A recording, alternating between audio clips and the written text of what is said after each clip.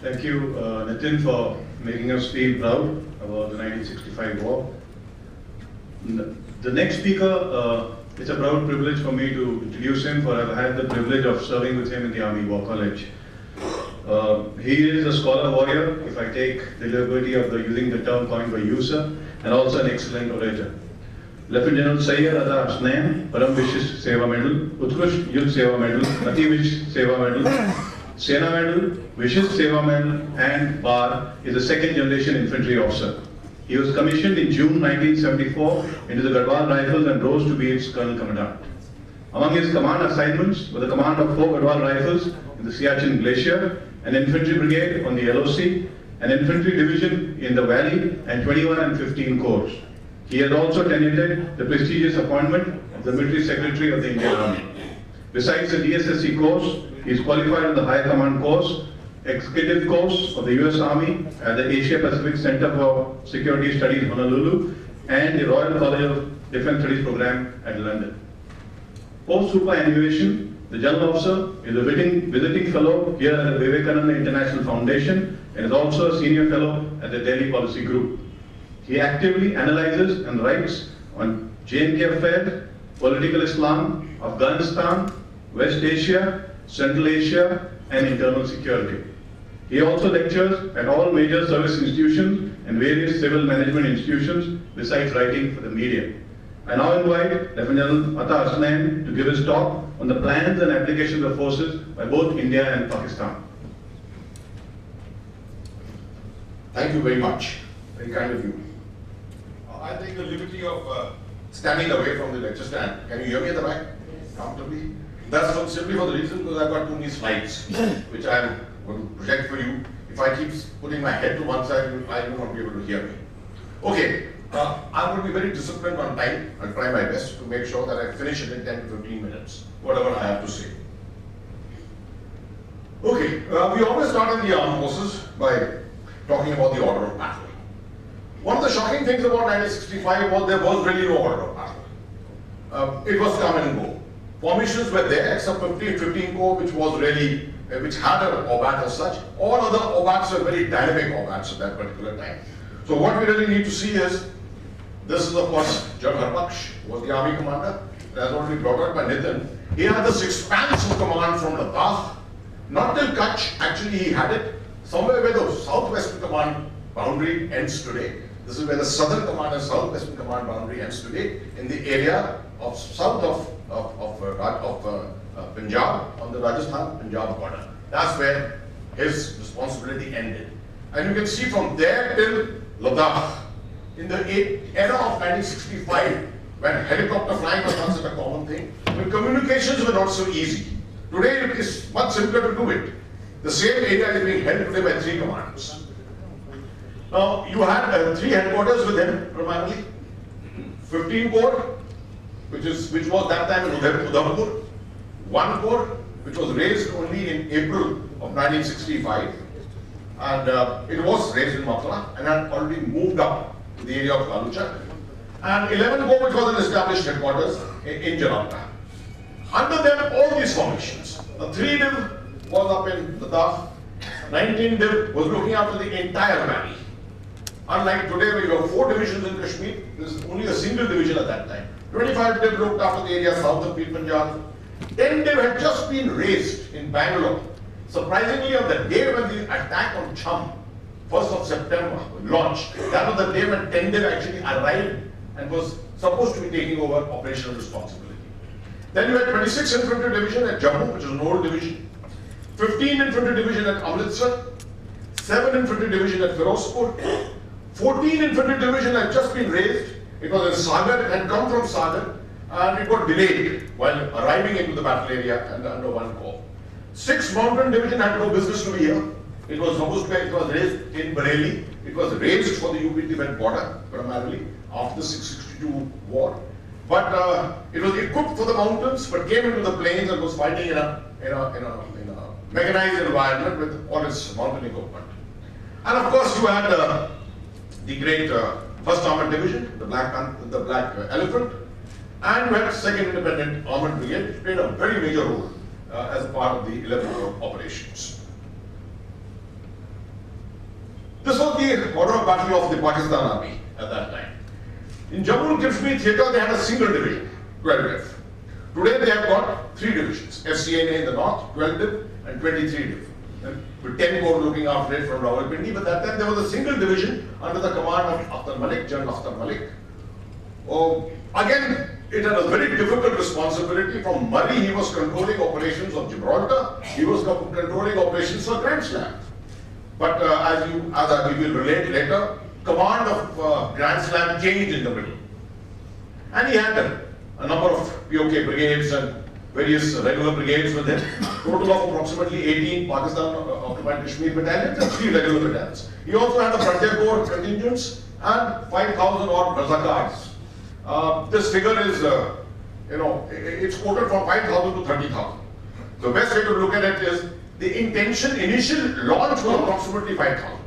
But the intent was to build it up to almost 20 to 25,000. That intent was never achieved because they were discovered early and the actions against them were taken well in time. Shakargarh sector was under 4 corps. They had 6 armored division which was truncated. A brigade of it was not available there immediately. A brigade had been taken away for operations in Akhnur. And we did not know the existence of 6 armored division at all. This was the 2nd armored division of the Pakistan Army. They had 7 infantry division, again, which was brought in for the Cham battle for a Grand Slam. 2 of his brigades were employed. Later on, it participated, of course, against the onslaught of 1 corps from our side. And it had 15 division in the holding road. I'll show you this on the map. And that was what constituted 4 corps. Lahore, Sulaimanki area, opposite R11 Corps, Jalandhar, was headquarter 1 corps, 1 armored division, which we couldn't find. You can see that today's environment of recce and surveillance, satellite imagery, etc., is very easy to look for formations. Tanks, how can tanks just go and hide? But tanks are actually hidden in a particular forest just well south of Lahore. These tanks are all hidden there. And they only emerged later. First armored division was a division which took a lot of pride. Pakistan First Armored Division took a lot of pride in its camouflage and concealment. I had a long discussion with many Pakistani generals later in years, and they said that the one thing that we are very proud of is that the Indian Army could never discover where Pakistan First Armored Division was until it emerged on the 6th of September 1965. And then you had 10 infantry division in a holding role here, and you had with something which I have not put down here, you actually had 11 infantry division also, which was the division which actually launched the attack on you also, from Walkoha on to Asad. Okay. Now, comparison of teeth arms, broadly, very, very broadly. Pattern tanks, 90mm gun, big gun, 352 patterns, 756 tanks altogether, we had 608, 186 Centurions, which were the only tanks which could match the pattern to some extent. Artillery, you see the caliber that they had, 155mm, 155mm, 105mm. You see the Indian side, 3.7 inch, 25 pounder, 450 25 pounders. We are World War II vintage, all of them. So we were shot on artillery again, and at every stage of the battle, artillery played a very major role, just like it played in Kargil. In terms of infantry, deployable were 16 regular brigades. In our side, there were 35 infantry brigades. The intent of the Indian Army at that time was to make it a 21 division army. But unfortunately, the MOD was not playing ball. And we were at that time approximately a 16 division army. Subsequently, of course, we expanded much more.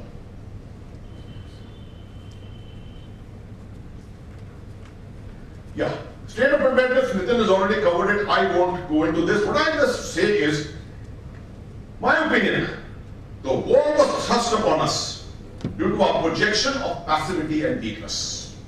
The fact that we projected ourselves to be weak, that we don't have equipment, we are not part of any setup, our leadership seems to be indecisive, our coordination between the political leadership and the military leadership does not exist.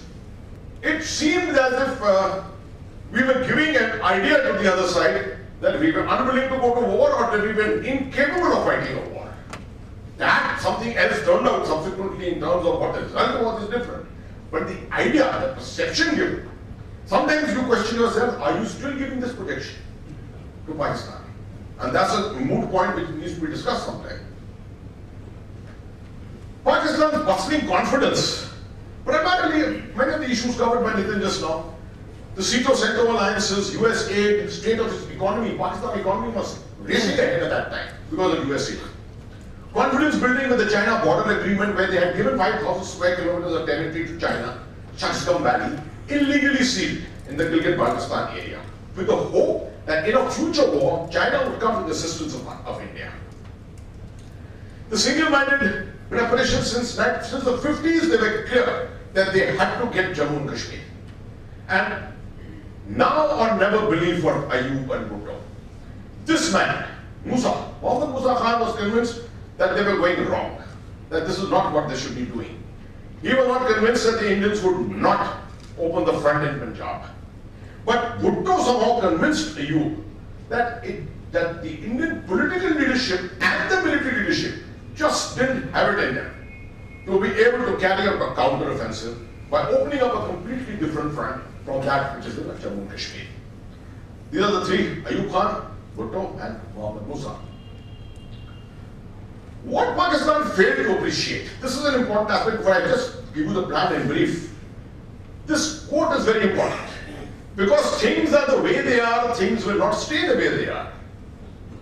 Pakistan was perceiving that because 1962 was what it was, so 1965 is 1962. In 3 years, things had changed quite a bit. For number one, Prime Minister Shastri and the Raksha Mantri, Mr. Chavan, Y.B. Chavan, were both hearing about the military leadership. This is something that was not there in 62, if you remember, at all. The Indian Army was good at basics. This generation of people, I'm a much younger general, this generation of general officers who fought this war as captains and majors at that time, their basics were very clear. I know it very well. I can certify it because they were my instructors and DSs when I was in the academy. They taught me the basics. Their basics were extremely clear. They had mastered all the equipment, all the existing equipment. The officer-man relationship and our regimental system was very strong. And that's, people outside sometimes question the regimental system of the Indian Army. Why are you following the old British system, etc.? Actually, the regimental system has withstood the standard, the time completely. Ayub forgot one thing. He had been 19 years in the Indian Army, British Indian Army, 1928 to 1947. He forgot who all he had served with. He forgot he had served with the Sikhs. He forgot he had served with the Dogras. He forgot he had served with the Gurkhas. He thought still that a Pakistani was equivalent to 10 soldiers. That was a basic mistake which he had made. Initiation of conflict, don't bother too much, it's very light, I know. The initiation of conflict was in Kutch, April, June, as you're aware, in a place called Kanjanapur. It was testing the waters. It was a recce force, primarily to establish whether the Indians are willing to fight and ready to fight or not. It seemed from our reaction that we were not. It happened in the north between January to May when a lot of fighting took place in Kargil. It happened in 1999 also similarly. It proceeded with a lot of firing across the line of control. This is exactly what happened in January again. And India finally captured the 13620, this very famous point across Kargil, which has changed hands twice. We captured it in 65 in the month of May. So it's not started from here. They got the impression that the Indians are weak and therefore must go ahead. 13th of April, Gibraltar plans were discussed at Murray, where Ayub Khan went and visited headquarters 12th Infantry Division. Right, what are the broad plans of Gibraltar? This is Kashmir, and this is a proper map of Kashmir. It doesn't have any wrong lines anywhere. This is the Pir Panjal, Srinagar, Akhnoor. This is the Chenab River. Now, the idea was to launch Gibraltar in the month of August. Large force. Number of them, I'll go into it in detail in the later part when I have to cover it. And there was nothing military about it. It was an irregular, non-military way of doing it. Get into it, upset the entire logistics of the Indian Army, get behind, get the people mustered up, declare a revolutionary council at one time, and declare independence of Jammu and Kashmir, or its merger with Pakistan. That was the whole idea behind it. To back it up, immediately was this plan called Operation Grand Slam, which was to be done by 2 brigades and 2 regiments, armored regiments, through a narrow corridor, about 10 to 12 kilometers, cylindrical corridor which runs along the Chenab. north of the Chenab. This essentially cuts the road, a very, very crucial road here, which links Jammu with Poonch via the journey. The whole idea was to get that road. What did they launch? Sorry.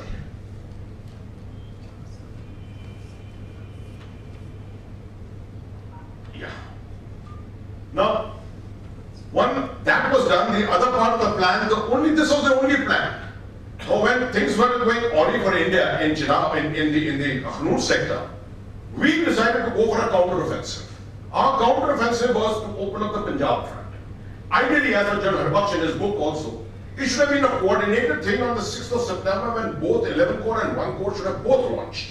11 Corps is in this area here, and 1 Corps is here and 11 Corps is here. Let me briefly just tell you, all that is marked in blue is Indian, all that is marked in red is Pakistan. Right? Here is 6th September. Actually, this should have happened together, coordinated. But the formation of 1 Corps couldn't come in time, and we couldn't delay our attack any further. Because if we delayed our attack further, the possibility of losing Hasnain existed. So, 6th of September, 3 divisions, 15 div, 7 div, and 4 infantry divisions, all 3 divisions launched ahead with their operations. It is to the credit of the Pakistanis that they could actually muster up within less than 24 hours a counterattack on 4 div, which is what we spoken about by Hasnain, pushing 4 div back. And 4 div was forced ultimately to actually establish a pivotal position at a place called Asadutta. The whole idea here was to get behind to the Bias Bridge. This is the Bias Bridge, the area of the Bias Bridge. Their whole intention was to get to the Bias Bridge, capture it, and thereby turn the entire flank, the southern flank of the Indian offensive. Not 1 Corps was to go in from the Jammu, Vijaypur, Samba area towards Sialkot and cut off Sialkot from Lahore. Cut off the link between the two. That, of course, it didn't happen, and a very major battle took place here between our 1st Armored Division, their 6th Armored Division, their 15th Infantry Division, and our 3 divisions of truncated divisions. Is a different story. What happened at the end of the war? Pakistan lost 300 tanks. India lost 128 tanks. 300 not all patterns. There were patterns and others also, but a chunk of it was the pattern tank. 3,000 Indian soldiers were killed and 3,800 Pakistani soldiers were killed. And India held 690 square miles of Pakistani territory, which equals to about 1,800 square kilometers of territory, while Pakistan held about 250, which equals to about 650 to 700 square kilometers of territory in Kashmir and Rajasthan. Where was this territory that we had? Sorry, sir? Where was the territory that we had? Okay, sir. I'll just tell you, sir. From the north, we held a major chunk of territory in the Hajipir Bunch, which operations I will speak about subsequently, in the Hajipir Bunch. We lost territory in Akhnur. Now I'm coming from north to south. Hajipir we gained, Akhnur we lost. As we come further south, then from Jammu, Samba, we went in and gained some territory in the area of Bilor, Sialkot. As we come further south, we went into Lahore and captured a portion of Lahore. But we lost territory in the south of Lahore, Khemkaran, up to a place called Asadutta. We lost that territory. If we go further south into Rajasthan, so South Rajasthan, it was a give and take there. We took Gadar city, they took Munabao. And they came a little deeper from Munabao and came to a place called Miachla. So all along the front, if you see, we have the overall decisive advantage. I'll end there on the aspect of the plans and the application of forces, and subsequently I'll take on Jammu and Kashmir part of it in detail, Gibraltar, and the aspect of the Operation Grand Slam.